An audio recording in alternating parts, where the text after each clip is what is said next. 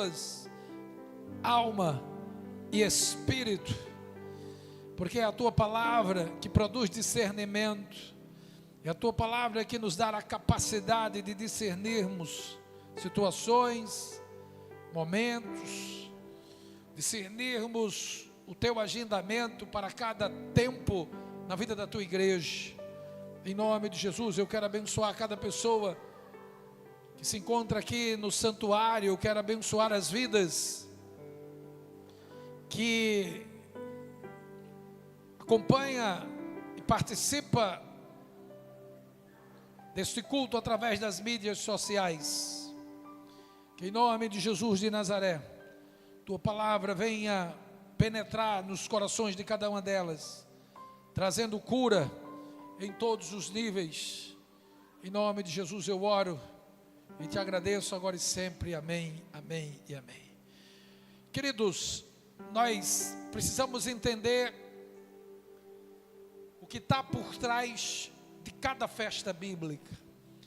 Nós, como igreja apostólica, nós entendemos a importância de fazermos menção dessas festas, e não só fazer menção, mas trazer o ensino do que está por trás de cada uma dessas festas. Subiam a Jerusalém os judeus espalhados por toda a região da Capadócia, de Roma, Egito, da Ásia, da Panfilha, de Cirene, de várias regiões circunvizinhas a Jerusalém. Eles subiam a Jerusalém em 3 principais festas.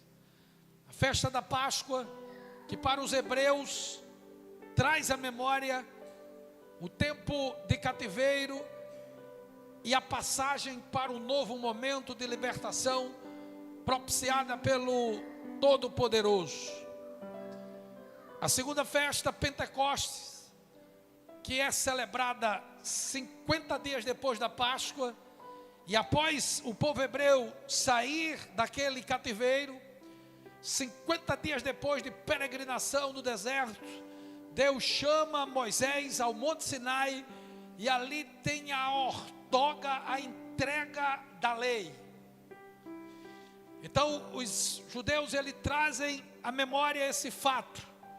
Pentecostes é uma festa agrícola, celebram fim da colheita do trigo, festa da primícia, porque eles entregam na presença do Senhor aquilo que foi gerado pela terra. Pentecostes nos fala de um tempo de provisão, de gratidão a Deus pelo cumprimento das suas promessas. E uma terceira festa que os judeus celebravam e até hoje celebram é a festa das cabanas, ou festa dos tabernáculos. E para eles trazem à memória o tempo de peregrinação no deserto, 40 anos morando em tendas. Por isso que a festa é a festa das cabanas, tabernáculo. Mas essas festas bíblicas para nós cristãos, em uma visão e uma compreensão testamentária, ela nos trazem outros valores. A nossa líder, ela ensina que são agendamentos de Deus. E cada festa dessa, ela tem um cunho profético e messiânico. A Páscoa celebramos a morte e a ressurreição e a expectativa da vinda de Cristo. Então Páscoa, essa é a nossa compreensão. Quando hoje estamos celebrando Pentecostes, a compreensão de Pentecostes para nós é o nascedouro da igreja, o cumprimento da promessa deixada por Jesus Cristo. Pentecostes nos fala da igreja nascendo e sendo apresentada para as nações. Essa é a visão profética dessa festa. E em outubro, quando nós estivermos celebrando tabernáculo, entenderemos que tabernáculo para nós é o verbo que se fez carne e tabernaculou entre nós, habitou entre nós. Então hoje nós celebramos o arremate desses dias de celebração desta festa tão importante. Entendemos que a gestação da igreja se deu no Calvário, mas o seu nascimento se deu oficialmente naquele dia, cujo o teor da descrição do momento nós lemos com uma riqueza tão profunda de detalhes no capítulo 2 do livro de Atos. Estava ali já há 10 dias, 120 pessoas buscando, clamando, de maneira obediente, esperando aquele revestimento prometido por Jesus. E a palavra do Senhor, ela é clara, quando ela diz que se cumprindo o dia de Pentecostes, veio do céu um som como um vento impetuoso e preencheu todo aquele lugar.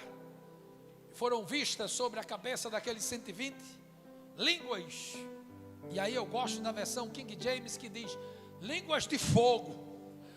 Outras versões diz como de fogo.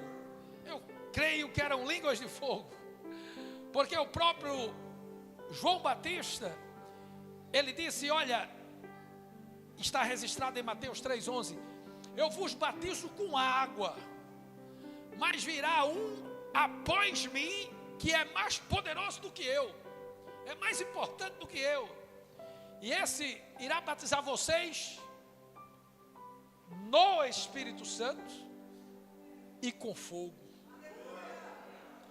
Então, quando Jesus vivenciou o seu ministério pós-ressurreição de 40 dias, e quando ele foi levado aos céus, ele reforça uma promessa e uma orientação, um comando em forma de ordem: não saiam de Jerusalém, porque vocês vão ser revestidos do alto com um poder capacitador, um poder que vai fazer com que vocês enfrentem a fúria de Roma, um poder que é necessário para vocês enfrentarem as agruras que virão pela frente.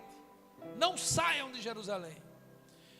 E queridos, eu estava orando esses dias, nós estamos numa agenda, e esse ano estivemos na terça-feira na Insegec Madalena, ontem no segundo dia estivemos na Insegec Casa Amarela, e o arremate final, no último dia da festa estamos aqui. E o Espírito me trazia uma revelação sobre essas festas. Claramente eu ouvi a voz do Espírito quando me dizia: o mais importante não é o cumprimento da agenda da festa. Não temos que celebrar as festas com danças, cada igreja local apresenta a sua gratidão a Deus de uma forma particular, mas o mais importante do que o cumprimento da agenda da festa é vivenciarmos o que cada festa tem de legado, de ensino, aquilo que cada festa nos traz como uma revelação profética. E quando nós vemos essa festa de Pentecostes, além de ser o surgimento da igreja, o nascedouro da igreja, a gente percebe que essa festa ela trouxe para aqueles 120 e para os outros que foram chegando e se convertendo, valores muito preciosos. E vemos ali que aqueles 120 estavam debaixo de um comando. Então Pentecostes nos fala de obediência. Vimos que aqueles 120 esperaram o primeiro dia e nada aconteceu. O segundo dia, nada aconteceu. Terceiro, quarto, quinto, sexto, sétimo, oitavo, nada aconteceu. Mas eles perseveraram. Então Pentecostes nos fala de perseverança, porque no 10º dia se cumpre o dia de Pentecostes. E veio este mover sobrenatural sobre eles. Quando eu vejo a história do surgimento dessa igreja, eu vejo que por trás de Pentecostes vem algo do alto, porque as coisas de Deus não partem por iniciativa humanas, não é resultado nem fruto de projeto e de desejos humanos, mas as coisas reveladas, elas vêm do alto, e foi do alto que veio aquele mover que mudou e impactou a história daquelas pessoas. Tudo aquilo não foi algo preparado por eles. Eles não decidiram, não vai acontecer no 10º dia, não vai acontecer quando chegar o início da festa de Pentecostes. Não, queridos. O que aconteceu, como está registrado em Atos capítulo 2, foi no de repente de Deus. Por isso que quando eu olho essas festas, eu preciso entender que eu tenho que andar em obediência, eu tenho que ser perseverante naquilo que Deus me falou, eu tenho que entender que aquilo que Deus tem para mim não vai partir de homens nem de mulheres, vai partir e tem o seu nascimento, a sua gênesis no alto, e não vem quando eu quero, mas vem no de repente. Tudo aquilo aconteceu num ambiente sobrenatural, que aqueles 120 estavam ali debaixo de uma unidade, queridos. Não havia uma liderança específica, não existia cabeça de liderança ali, mas todos estavam juntos, de maneira obediente, perseverante, receberam do alto e de repente aquela unção, porque eles estavam em unidade. As coisas de Deus se manifestam no sobrenatural. Por isso, se quisermos o sobrenatural, precisamos sair do tacanho, do pequeno, do superficial, do rito, do litúrgico, da forma. Precisamos mergulhar em uma atmosfera do sobrenatural. Quando aquela igreja nasce, em Jerusalém estava representante de várias nacionalidades. A igreja nasce já com uma mensagem, se apresentando para o mundo, se apresentando para várias nações, porque a igreja não pode ficar enquartelada em 4 paredes, ou encastelada em 4 paredes. E aquela igreja, já no seu nascedouro, ela recebe uma linguagem espiritual, que quando veio aquele mover de repente, eles começaram a falar em outras línguas, que nem eles conheciam. Mas quando eles falavam aquelas línguas espirituais, o egípcio que estava lá em Jerusalém entendia no egípcio, o que era da Capadócia entendia na sua língua de origem, o que era da Fenícia, do Ponto, da Ásia, aqueles que eram de várias nações que ali estavam em Jerusalém, entendiam o que aqueles homens estavam palavreando em sua língua natural. E eles entraram em confusão interior, porque ora, eles não são galileus, porque eles estão falando em nossa própria língua, e uns diziam que eles estavam loucos, outros diziam que eles estavam embriagados, cada um falava uma coisa, e aí mais uma marca surge naquela igreja, uma igreja impetuosa na proclamação da palavra.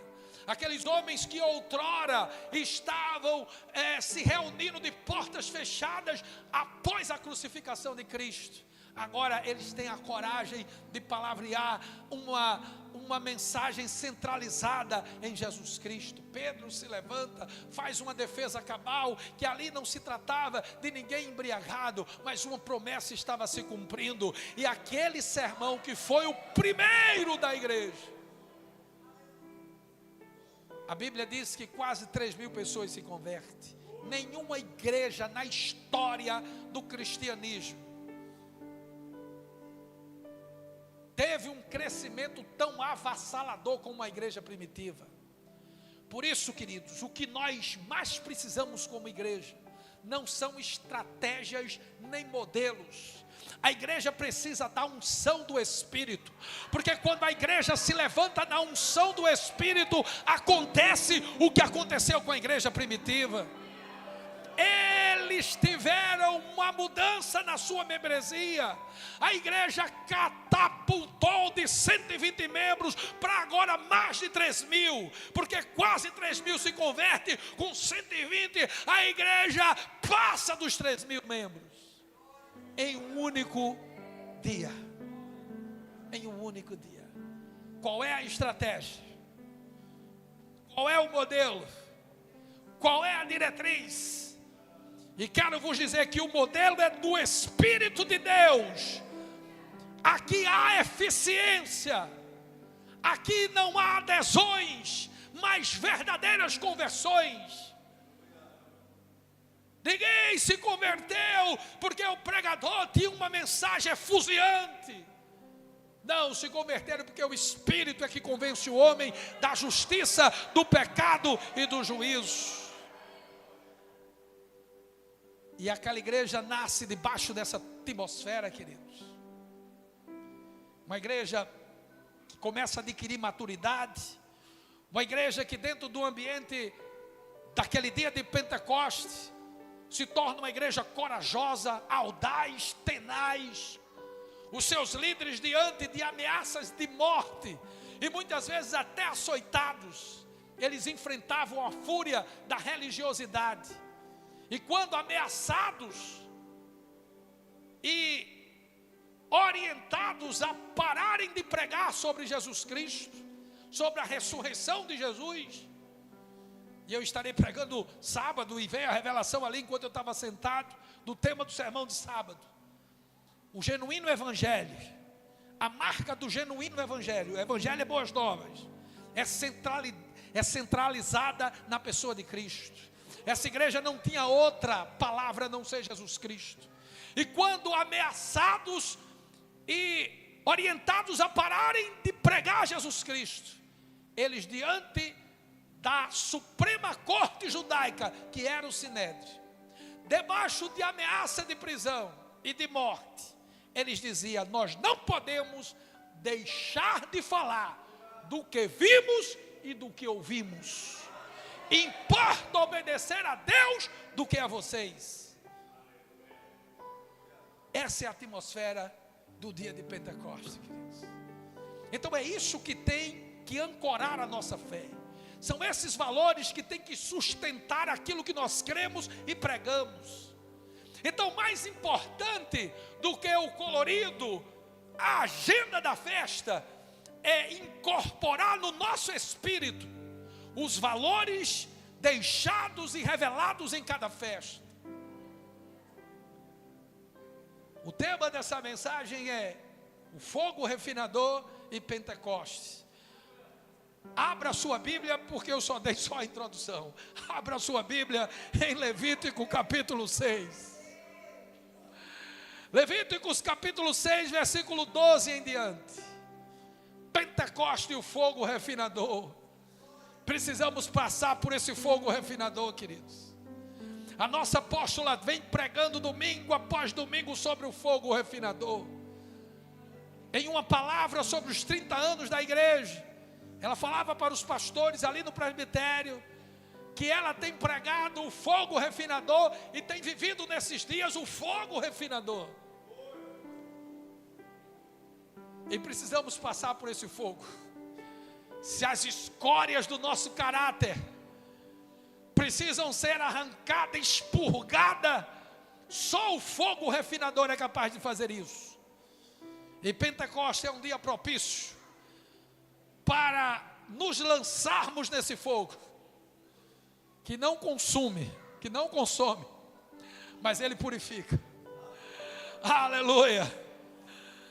Versículo 12 do capítulo 6 do livro de Levíticos: enquanto isso, o fogo do altar, aleluia, será mantido aceso, nunca deverá se apagar. Nós somos templos e morada do Espírito. O altar somos nós hoje, na visão neotestamentária. Tem que ter fogo, filho. Tem que ter fogo. A chama não pode apagar.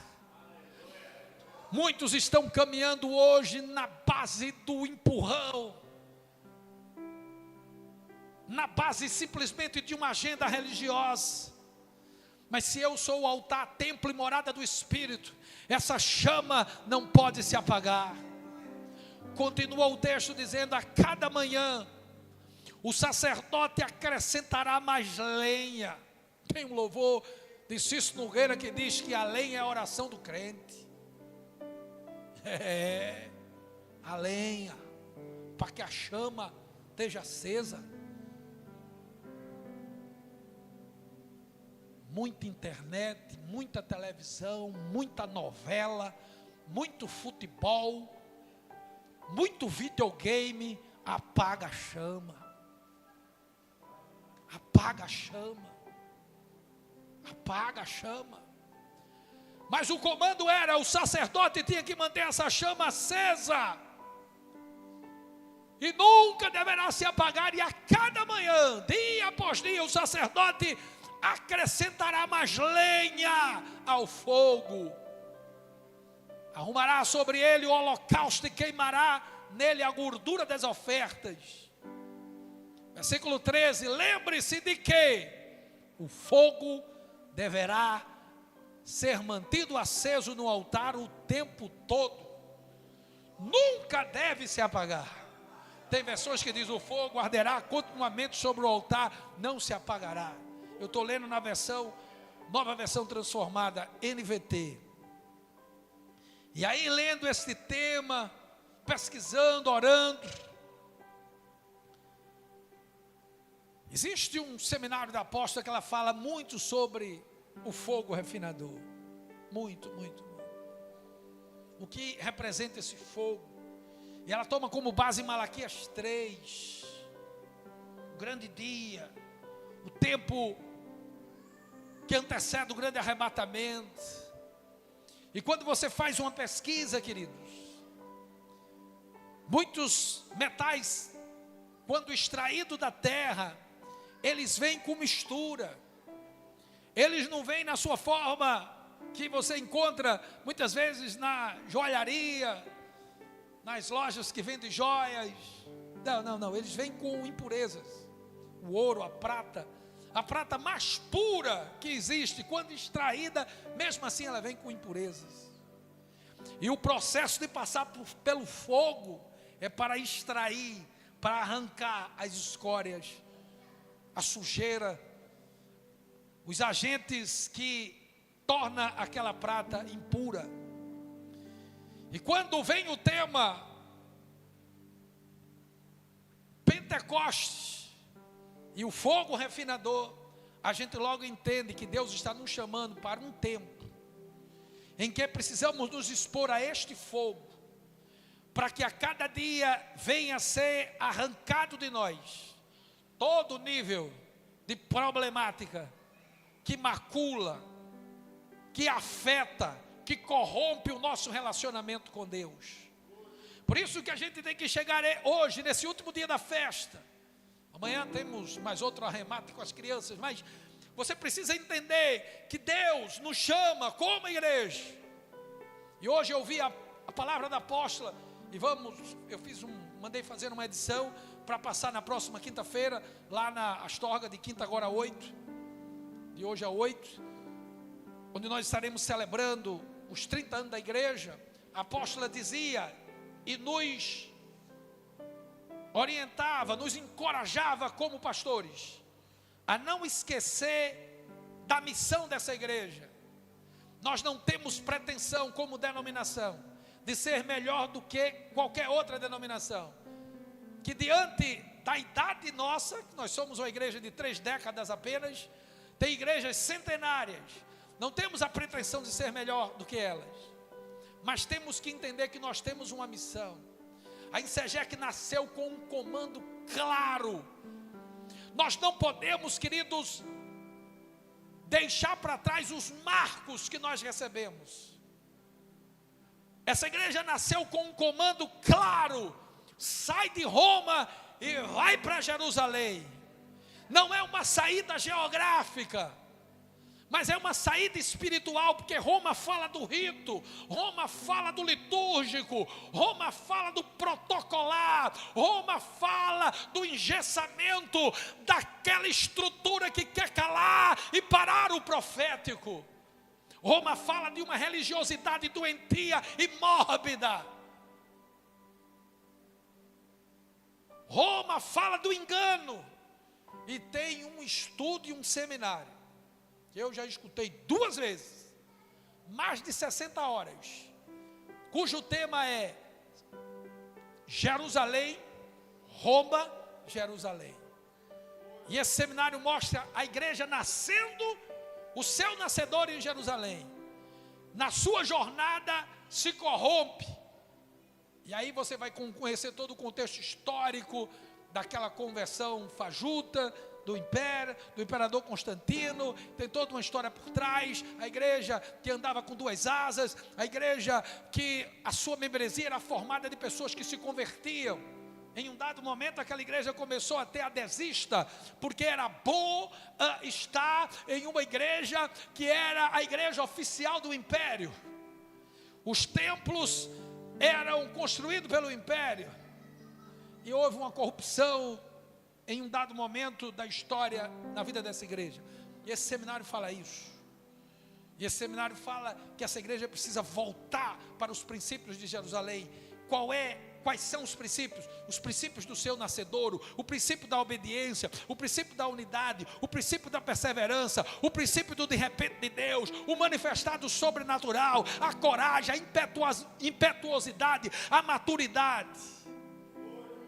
Uma igreja que conseguia contemplar a glória de Deus em meio às perseguições. É verdade que tivemos uma reforma no século XVI para tentar trazer essa igreja de volta.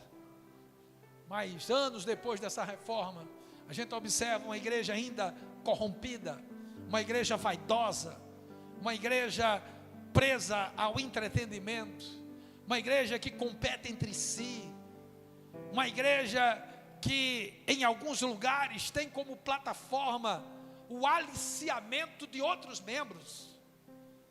Não há ética, não há pudor. E há um chamado do Espírito de volta para Jerusalém. E quando nós lemos um texto no Antigo Testamento, ele se completa com o Novo. A Bíblia, ela é uma completude em cada livro.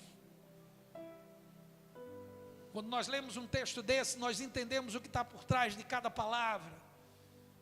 Que as cinzas precisavam ser tiradas do altar, para que não apagasse a chama. O comando é que o altar tinha que estar com a chama acesa. Nós somos o templo e a morada do Espírito. A chama tem que estar acesa mesmo quando você estiver triste. A chama tem que estar acesa mesmo quando você estiver vivenciando algum tipo de abatimento. E quando eu me deparo com um tema desse, o Espírito começa a me falar sobre 3 chamas que não podem se apagar na nossa caminhada. 3 tipos de chamas que não podem se esvaírem da nossa vida.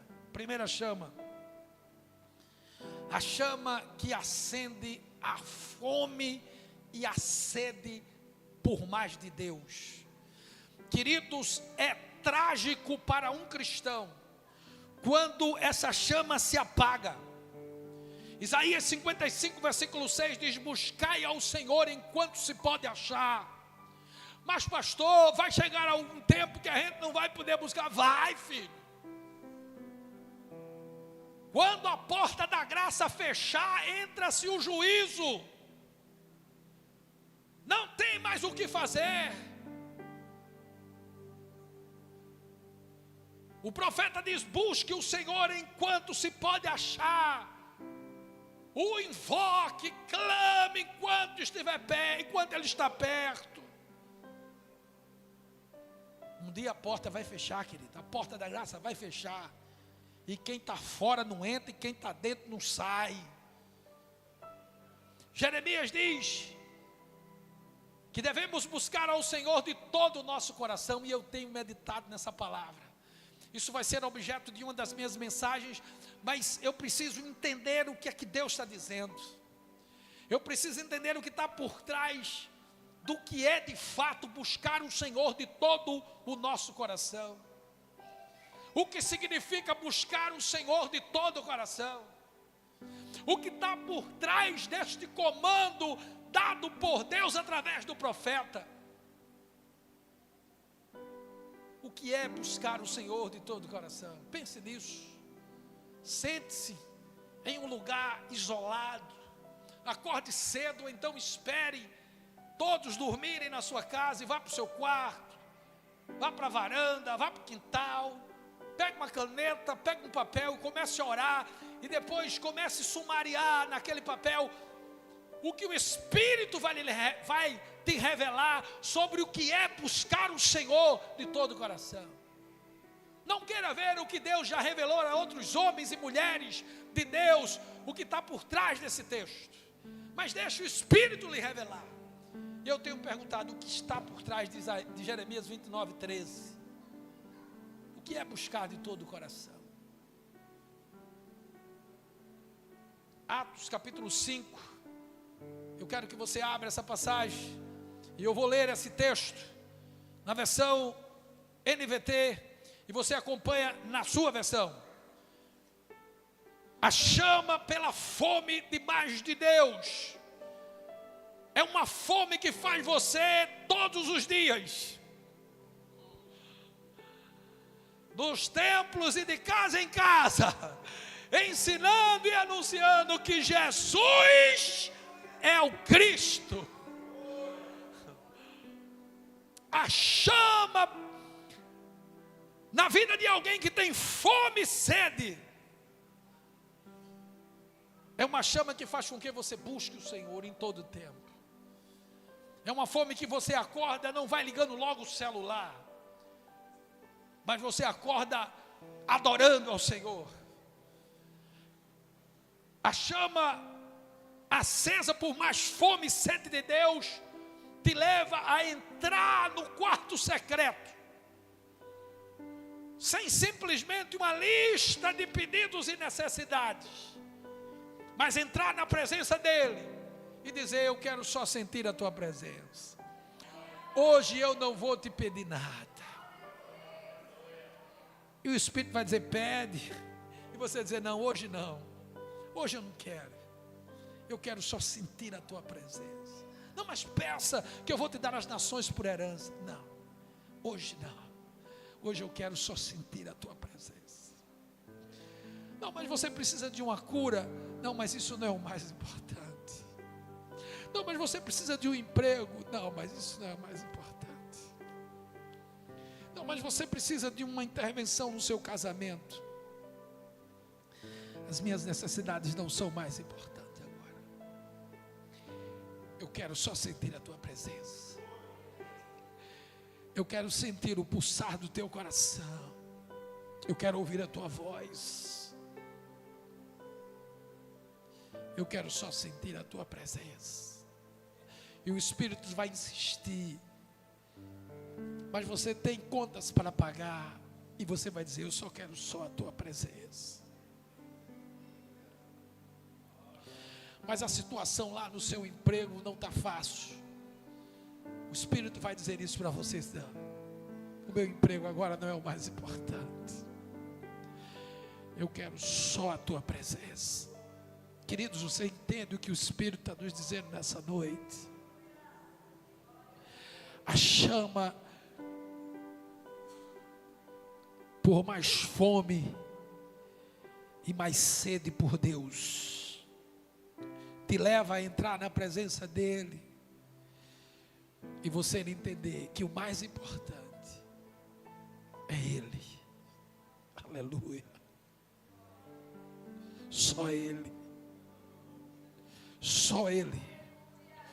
Só Ele, porque tudo é dEle, por Ele, para Ele. Só Ele. E você sai revigorado, restaurado. Se você gosta de ler, eu lhe aconselho a ler um livro de um pastor chamado John Piper. Ele tem um livro cujo tema é Fome por Deus, através do jejum e da oração. Ali, cada folha daquele livro, você vai sendo confrontado pela necessidade de mais fome. Agora, sabe por que há muito fastio, queridos? Sabe por que não há fome? Sabe por que não há fome? É porque muitos ditos cristãos estão petiscando os manjares do mundo. Aí estão indolentes, com a pança cheia de filosofia, está cheio de si mesmo, petisca as coisas do mundo, e aí não tem espaço para a fome por Deus. Queres mais fome e mais sede por Deus?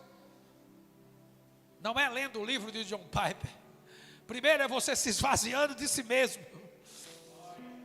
Porque se você ler o livro todo, mais de uma vez, e continuar petiscando o mundo, você vai continuar indiferente às coisas de Deus. Que a chama, por mais fome e sede do Senhor, não se apague. A segunda chama é a chama pela paixão por aqueles que perecem. Abra sua Bíblia em Atos dos Apóstolos, capítulo 8.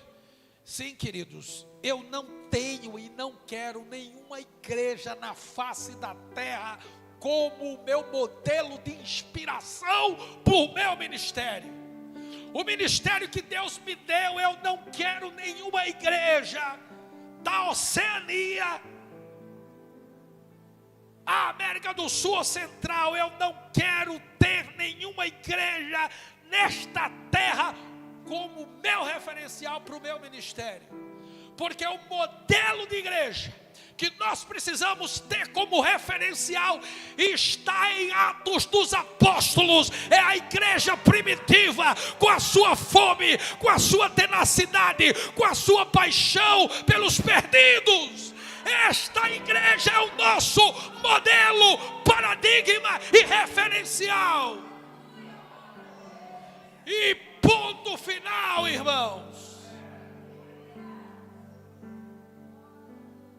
Quando essa igreja provou a experiência do dia de Pentecostes, ela se tornou uma igreja pujante. Atos 8:4. Os que haviam sido dispersos por conta da perseguição, eles foram dispersos. Depois da morte de Estevão, perseguido. E aí todo mundo saiu de Jerusalém, só ficou os apóstolos. Mas os que saíram de Jerusalém não foram para dentro das grutas se esconderem, como na época de Gideão. Atos 8:4 diz que eles foram dispersos para anunciar as boas novas a respeito de Jesus Cristo, por onde quer que fosse. Essa igreja não tinha outra narrativa. Essa igreja não tinha temáticas de autoajuda. Essa igreja não tinha sermões aveludados para atender a necessidade da turba. Essa igreja pregava Jesus Cristo. O genuíno evangelho é centralizado em Jesus Cristo, seu nascimento, sua morte e sua ressurreição. O resto, o que passar disso é conversa de pregador. Os chamados pregadores triunfalistas, que se afastaram do genuíno evangelho. Essa chama de amor pelos perdidos não pode se apagar, queridos. Estou falando dos perdidos, não é de um aliciamento por membros de outra igreja. É amor por aqueles que estão perecendo nas trevas. Esse é o alvo da igreja de Cristo. Porque pecador é a maior matéria-prima que existe nessa sociedade. Então eu não preciso aliciar outras pessoas de outros ministérios, querendo apresentar o ministério que eu faço parte como melhor do que os outros. Que Deus só está lá. Acham que podem manipular e monopolizar a ação do Espírito. A ação do Espírito não é propriedade de nenhuma igreja, de nenhuma denominação. Eu derramarei do meu Espírito sobre servos e sobre as servas. Eu derramarei do meu Espírito, disse Yahvé. O Espírito não é propriedade de nenhuma denominação. Então, se lá prega Jesus, o Espírito está lá. Se aqui prega Jesus, o Espírito está aqui. Esta igreja, ela tinha paixão pelos perdidos, queridos. E não via perdidos como números. Não, o meu 144, o meu 253, não, é fulano, beltrano, cicrano. Os discípulos têm nome e tem que ser tratado pelo nome. Não é pelo número, não é por matemática. Os discípulos têm que ser tratados pelos nomes. Senão a gente se desvencilha do real propósito do Evangelho. Isto é Pentecoste, queridos. Isto é a unção de Pentecoste. Amor pelos perdidos. Eles foram perseguidos em Jerusalém, mas eles saíram. Por onde eles iam, eles pregavam o Evangelho e anunciavam Jesus Cristo. Jesus.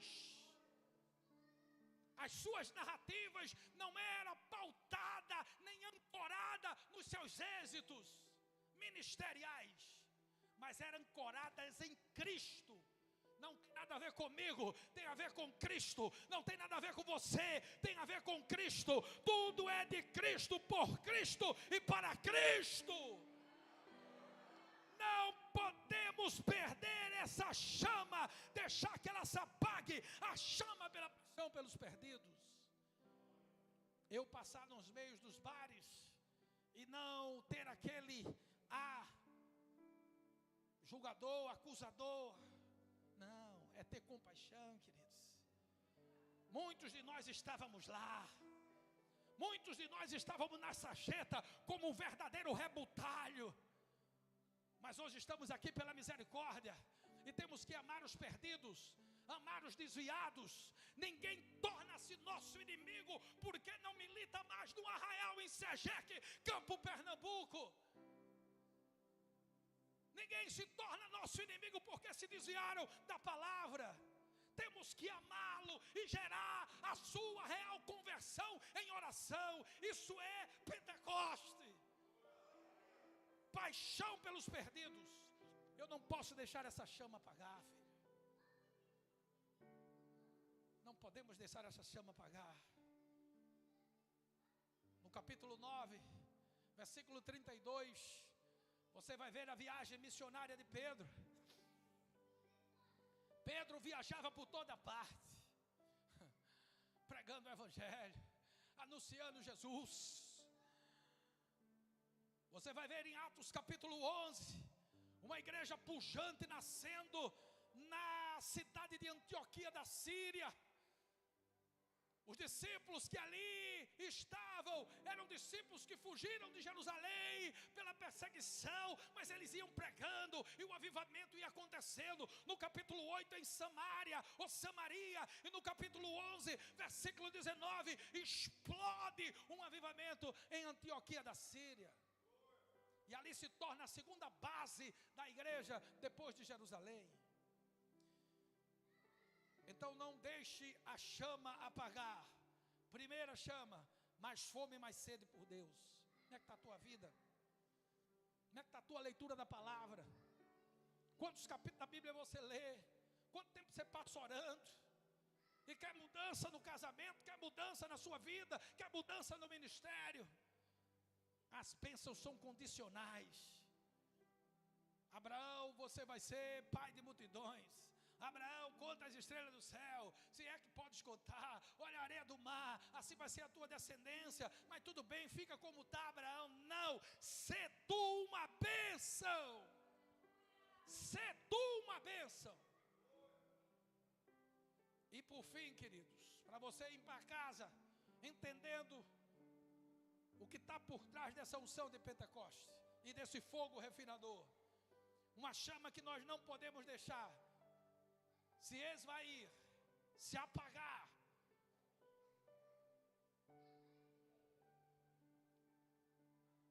É a chama que tem o poder de consumir as deformidades do nosso caráter. Precisamos passar por essa chama. 2 Coríntios capítulo 3, versículo 18 diz que o processo é gradativo. A salvação é automática. Pá, aceitou Jesus, se salva. A justificação você prova dela quando aceita Jesus. A redenção vem junto do pacote.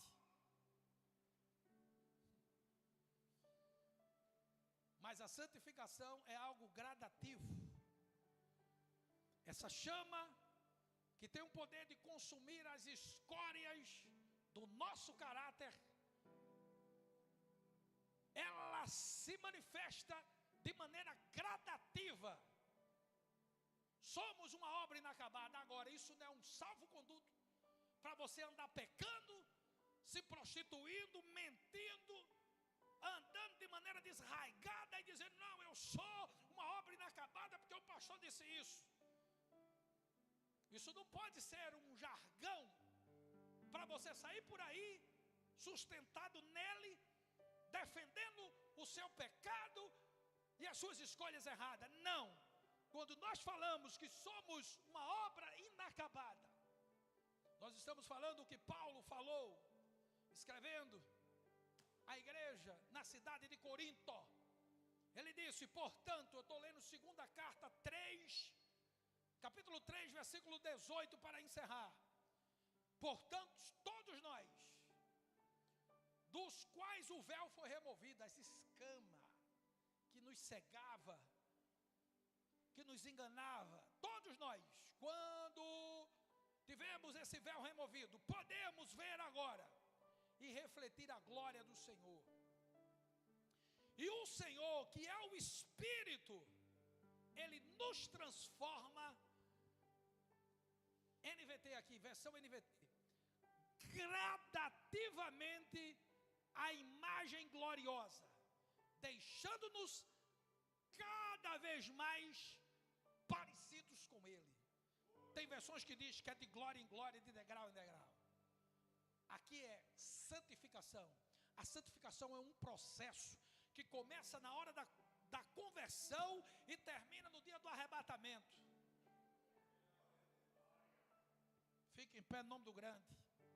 Não deixe essas chamas se esvaírem. Primeira chama, a chama que acende a fome e o desejo por mais de Deus. A segunda chama, que acende a paixão pelos perdidos. E a terceira chama, que vem para consumir as escórias do nosso caráter. Trata-me, Senhor. Me deixa melhor do que ontem. Me deixa melhor do que antes de ontem. Trata-me, Espírito Santo. Eu não quero desprezar os teus ensinos. Trata-me, Senhor, e me deixa, e me faz um marido melhor do que ontem. Me transforma numa esposa melhor do que na semana passada. Trata-me, Espírito Santo. Quero passar por esse fogo refinador e me transforma num filho melhor do que eu fui na semana passada. Eu quero ser o mesmo filho para a mamãe como eu fui lá no mês de maio, onde eu enchi ela de presente e de beijo. Eu quero ser melhor do que aquele dia. Eu quero ter o dia de mamãe todos os dias. Trata-me. Fogo refinador, vem sobre nós. Feche os seus olhos. Vamos adorar ao Senhor. E eu vou orar por você. Em nome de Jesus.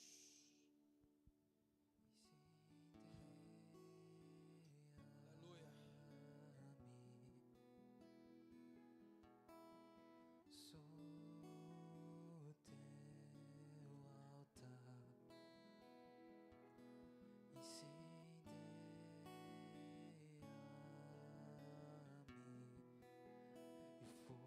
teu altar. Sempre arderá.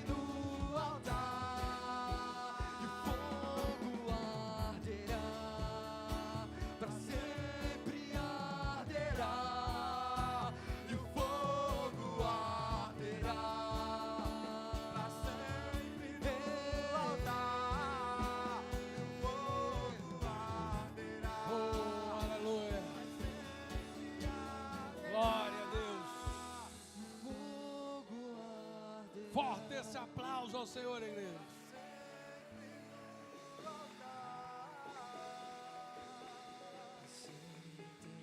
Queridos, eu quero que você ore. Próximo sábado, você venha para o culto. De hoje a 8. Tem vaga no ônibus ainda não? Tem vaga no ônibus. O ônibus já encheu, a van também. Nós iremos para Recife, próxima quinta-feira. Procure com a irmã Cristiane. O horário da saída do ônibus vai ser precisa, não se atrase. Começaremos lá às 19 horas. Às 18 eu já estou no templo orando. E vai ser forte. Vai ser um tempo apoteótico na presença do Senhor.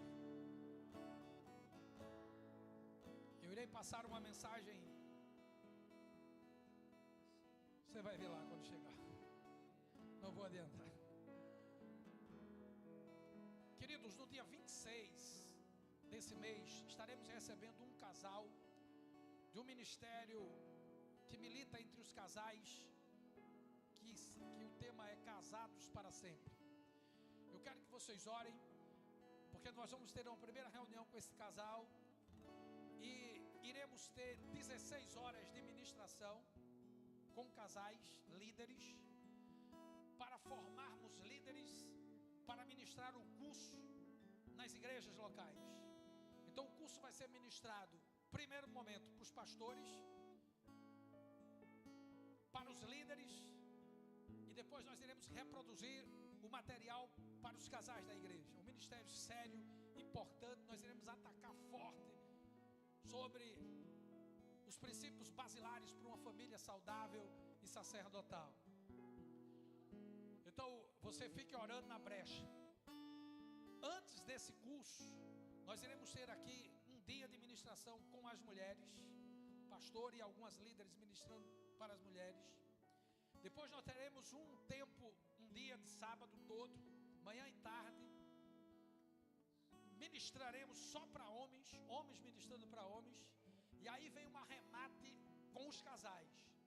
Então você vai se preparando, que esse segundo semestre vai ser forte.